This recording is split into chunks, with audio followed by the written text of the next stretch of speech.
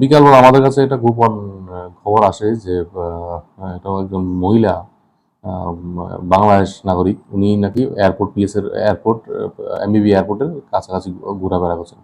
ওই সময় আমরা ওই গিয়ে সঙ্গে সঙ্গে ওই মহিলাটাকে পাই আমরা এয়ারপোর্টের এখানেই। তখন আমরা যখন জিজ্ঞাসাবাদ করি, মহিলাও স্বীকার করেন যে ওনার নাম পলি, হ্যাঁ, বাংলাদেশে বাড়ি নবাবগঞ্জ।